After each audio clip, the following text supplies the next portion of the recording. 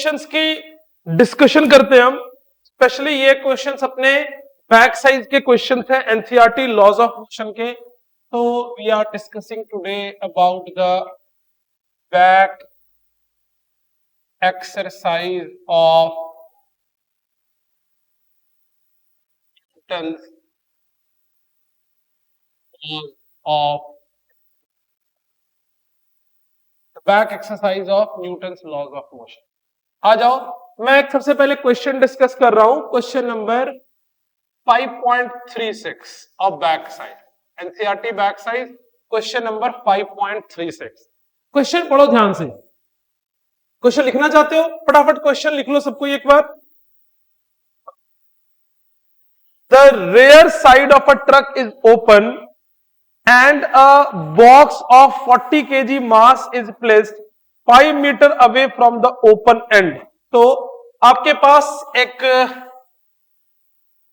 Truck है जिस truck का रेयर साइड ओपन है। आपके पास एक ट्रक है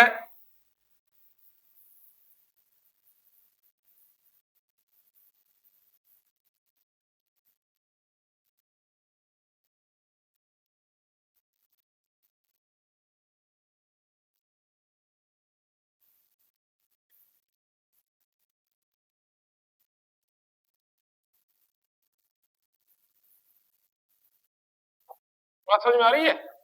ये आपके पास एक ट्रक है और इस ट्रक का पिछला हिस्सा जो है वो खुला हुआ है। ठीक है, दिस इज अ ट्रक,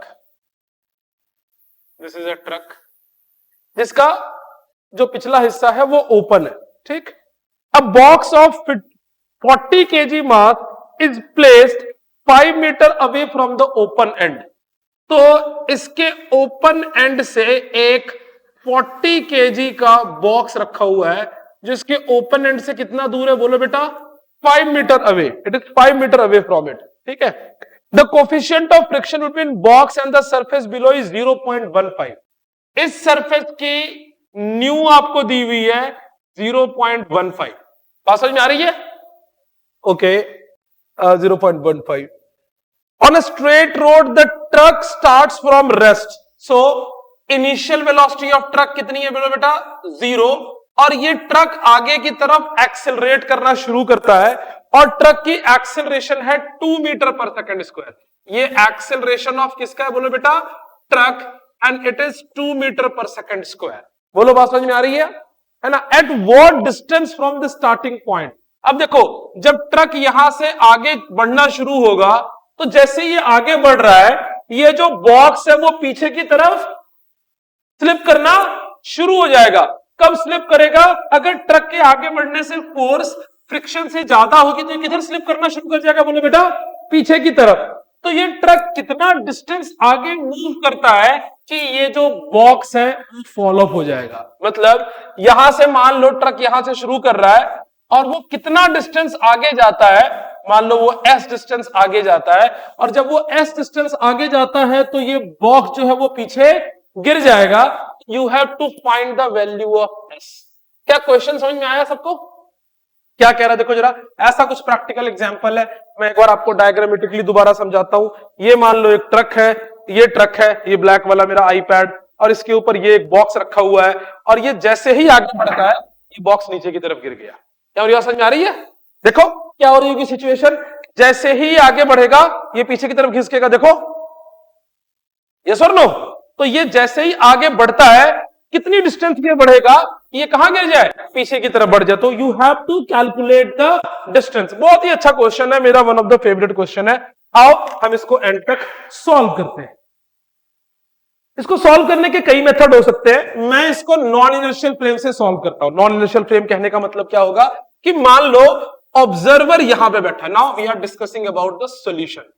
तो क्वेश्चन के बाद मैं इसी में सॉल्यूशन ले रहा हूं, और the observer is sitting on the train, sorry the truck. ये ऑब्जर्वर है जो कहां बैठा है बोलो बेटा, ट्रक पे। Truck inertial frame of reference होगा कि non inertial frame of reference होगा? Non inertial frame of reference है ना। क्यों? क्योंकि ये एक एक्सेलरेटिंग फ्रेम में बैठा है। तो जैसे ही ट्रक आगे बढ़ना शुरू होगा बॉक्स पे पीछे की तरफ क्या लगनी शुरू हो जाएगी, एक स्यूडो फोर्स।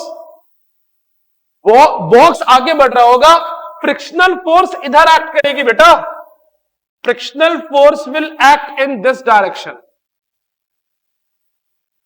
बॉक्स इधर स्लाइड करेगा, फ्रिक्शन पीछे की तरफ लगेगी, और बॉक्स पे इधर कितनी फोर्स लगेगी, तो स्यूडो फोर्स कितना होता है, मास of the block into acceleration of the truck. Yes और नो?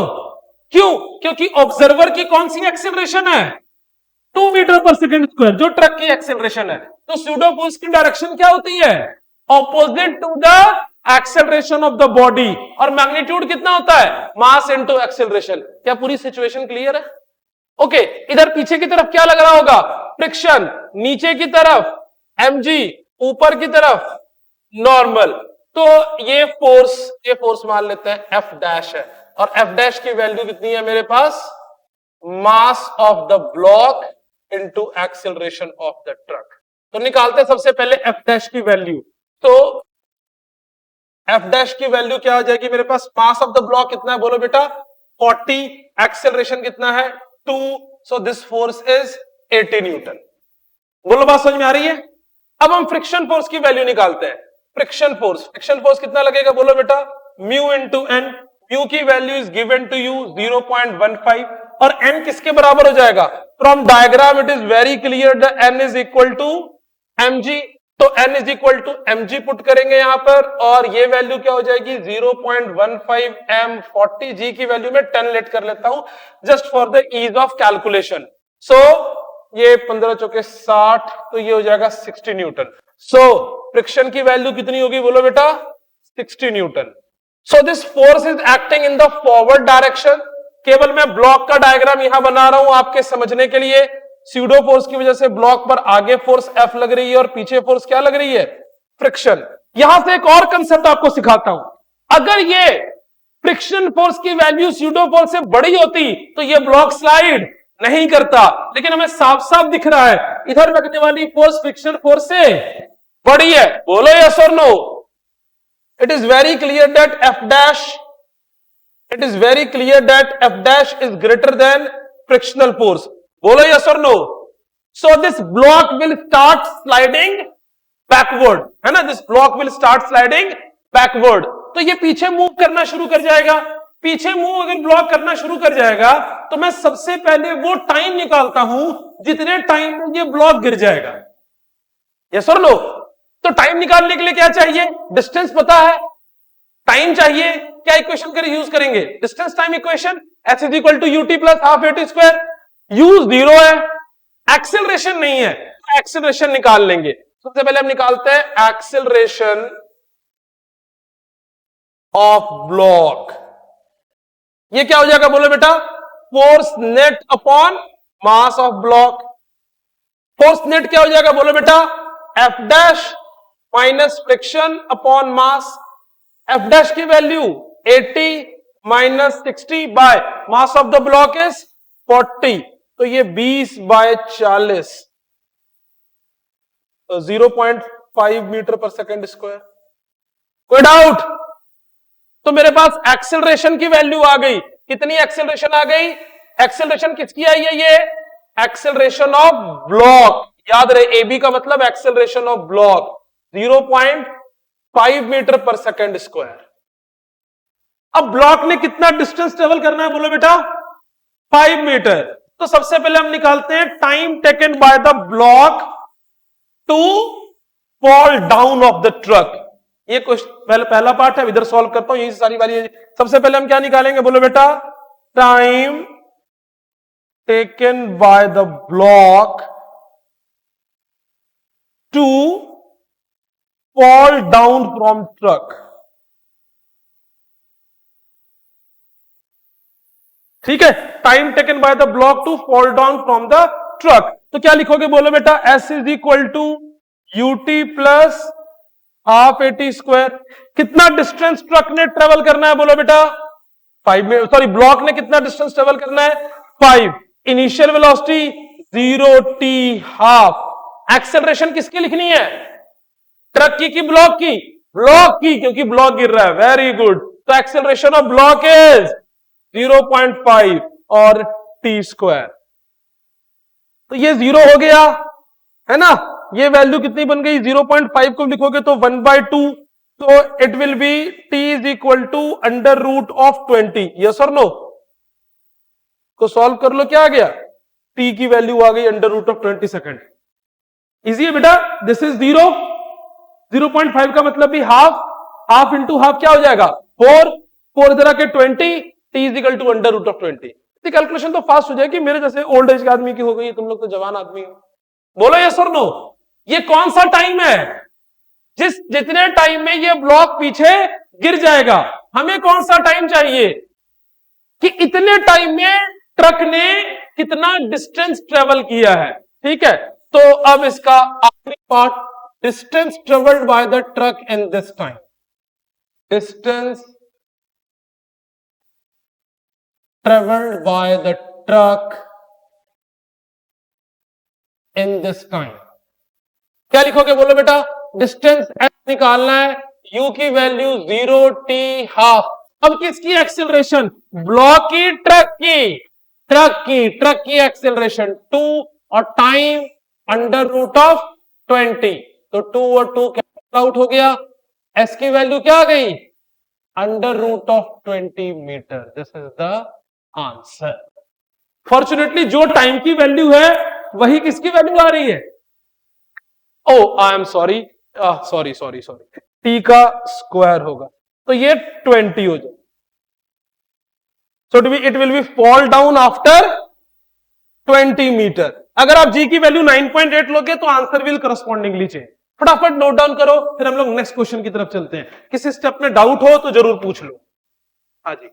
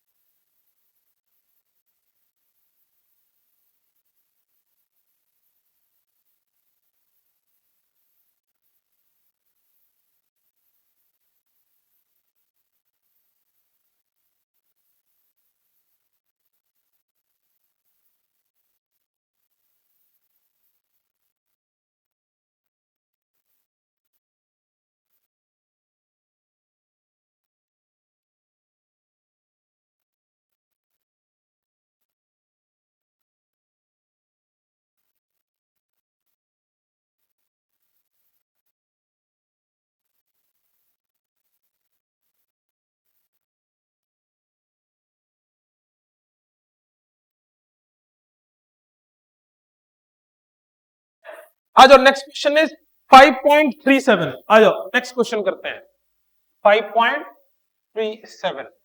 ये सेंट्रीपिटल फोर्स को लॉज ऑफ मोशन में मिक्स करके क्वेश्चन है, ठीक है। इस तरह का क्वेश्चन भी आपको आ सकता है। लॉज ऑफ मोशन की भी सारी बैक साइड आप प्रॉपरली कर लो बेटा। नेक्स्ट क्वेश्चन सिखाता हूं आपको, आ जाओ।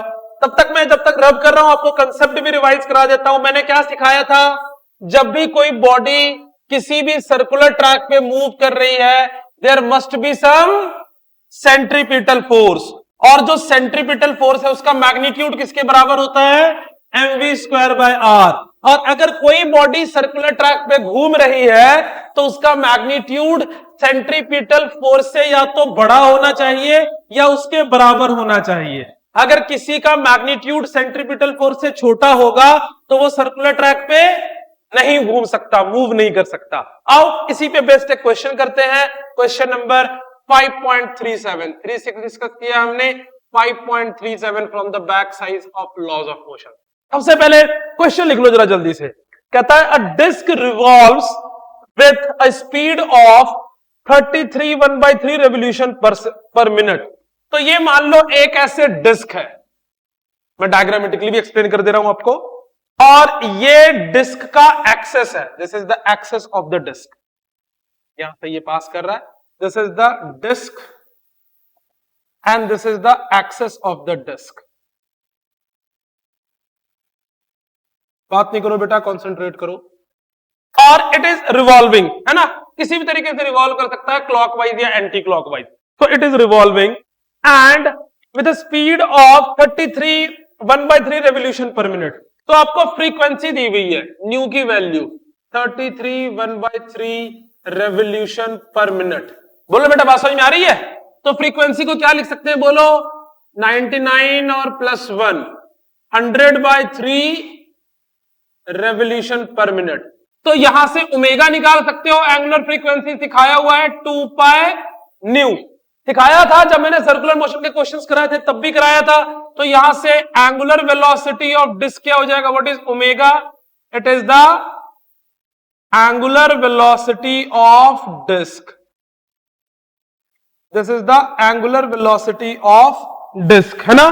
तो एंगुलर वेलोसिटी ऑफ डिस्क क्या आ जाएगा, बोलो बेटा मेरे पास 2 × π × 100/3, ठीक है। ओमेगा की वैल्यू मैंने निकाल ली। Okay, it could be written as radian per second, है ना। Now it will be radian per second. Omega की वैल्यू आ गई। अब क्वेश्चन क्या कहता है, देखो 2 coins are placed 4 centimeter and 14 centimeter away from the centre of disc. सबसे पहले इस डिस्क के खुद का रेडियस कितना है, बोलो बेटा 15 सेंटीमीटर। तो radius of disc is given to you, radius of disc कितना है, बोलो बेटा 15 सेंटीमीटर। और इससे 2 कॉइन्स रखे हैं इसके ऊपर, कितनी दूर पे रखे हैं, बोलो बेटा, यहां से एक कॉइन रखा हुआ है इसके ऊपर, और इसका डिस्टेंस कितना है, बोलो बेटा मेरे पास 4 सेंटीमीटर। और एक दूसरा कॉइन भी रखा हुआ है यहां पर, उसका डिस्टेंस क्या है, बोलो बेटा मेरे पास कितना, बोलो 14 सेंटीमीटर, है ना। तो ये पहला कॉइन है एंड दिस इज कॉइन 2। ये 2 कॉइन्स रखे हुए हैं और एक का डिस्टेंस 4 सेंटीमीटर है और दूसरे का डिस्टेंस कितना है बेटा 14 सेंटीमीटर। अब क्वेश्चन क्या कहता है, if the coefficient of friction between coin and disc is 0.15, क्या बेटा,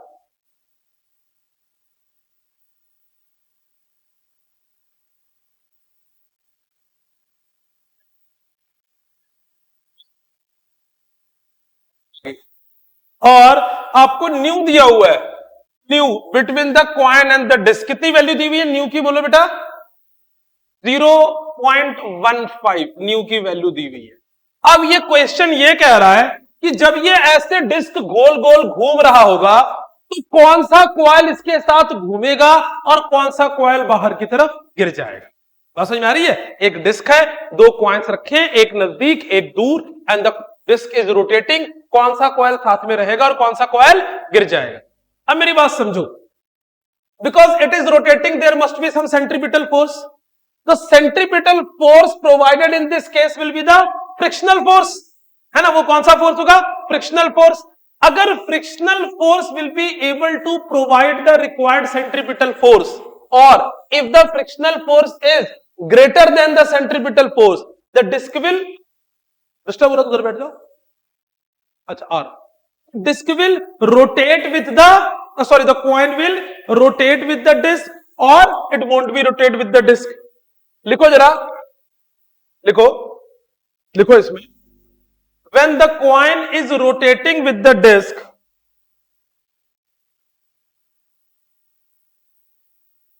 when the coin is rotating with the disk,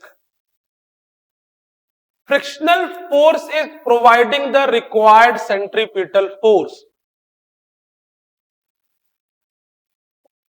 Frictional force is providing the required centripetal force.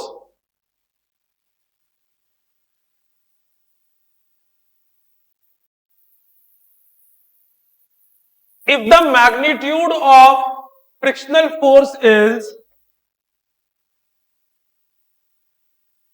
if the magnitude of frictional force is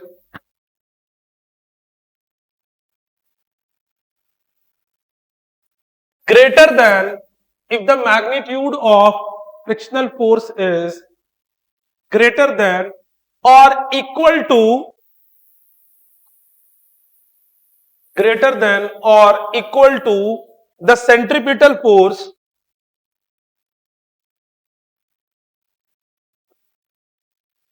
then the coin will rotate with the disk. Then the coin will rotate with the disk.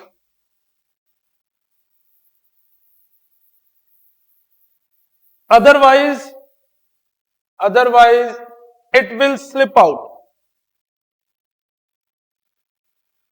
Otherwise it will slip out. देखना जरा, अब centripetal force का formula क्या होता था? mv square by R. लेकिन यहाँ v के टर्म्स में नहीं है, ओमेगा के टर्म्स में है. तो उसमें सेंट्रीपिटल फोर्स का फॉर्मूला क्या होता था? याद करो. v की जगह क्या लिखोगे? r omega, r square omega square, r r cancel, m r omega square. बोलो यार. तो पहले फ्रिक्शनल फोर्स कितनी लगेगी इसमें, ये निकाल लो. तो फ्रिक्शनल फोर्स की वैल्यू क्या होगी? बोलो बेटा म्यू इंटू एन. किसी भी कॉइन और नीचे की तरफ क्या लगेगा? बोलो बेटा mg. और ऊपर की तरफ क्या लगेगा? नॉर्मल. मास दोनों कॉइन का सेम है कि अलग अलग है? टू कॉइन्स है ना, सेम कॉइन होगा. दोनों का मास क्या है? सेम है. तो फ्रिक्शनल फोर्स की वैल्यू क्या हो गई? Mu into mg. ठीक है ना, बाद में वैल्यू सब्स्टिट्यूट कर लेंगे. और सेंट्रीपिटल फोर्स की वैल्यू क्या हो गई?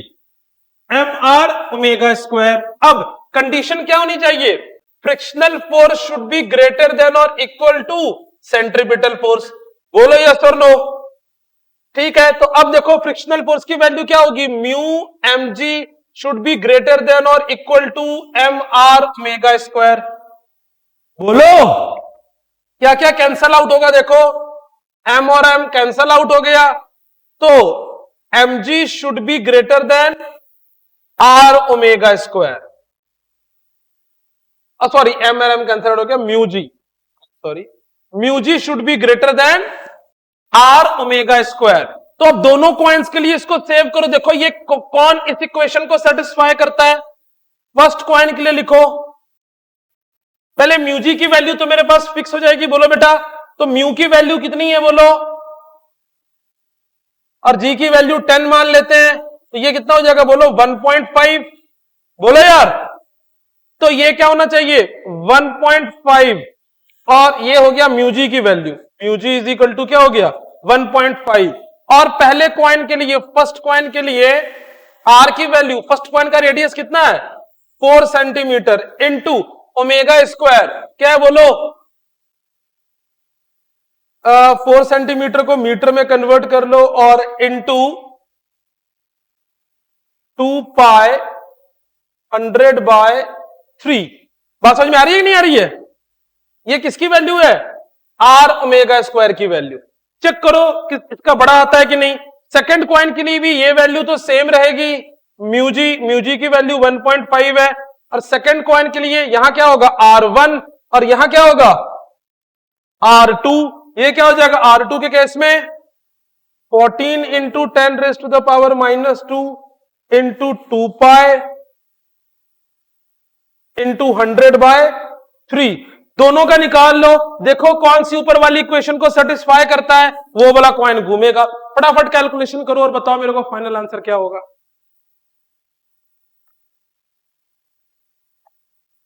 R⍵²।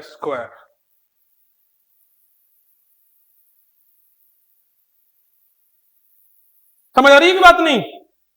जिस केस में 1.5 बड़ा हो जाएगा R⍵² से, चाहे R1⍵² से या R2, अगर दोनों से बड़ा होगा तो दोनों रोटेट करेगा, अगर पहले से बड़ा होगा तो पहला रोटेट करेगा, अगर दूसरे से बड़ा होगा तो दूसरा रोटेट करेगा। जल्दी से बताओ कौन इस इक्वेशन को सेटिस्फाई कर रहा है? ये फर्स्ट कॉइन है, ये सेकंड कॉइन है।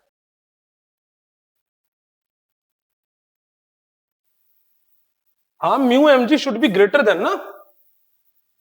फ्रिक्शनल फोर्स जो है वो सेंट्रीपिटल फोर्स के बराबर या उससे बड़ा होगा तभी ना। अगर R⍵², यहां से देखो ना, R⍵² अगर छोटा हो गया तो ठीक है, म्यू जी से छोटा है तो वो रोटेट करेगा, और अगर बड़ा हो गया तो रोटेट नहीं करेगा। जल्दी बताओ पहला कॉइन रोटेट करेगा कि सेकंड कॉइन रोटेट करेगा?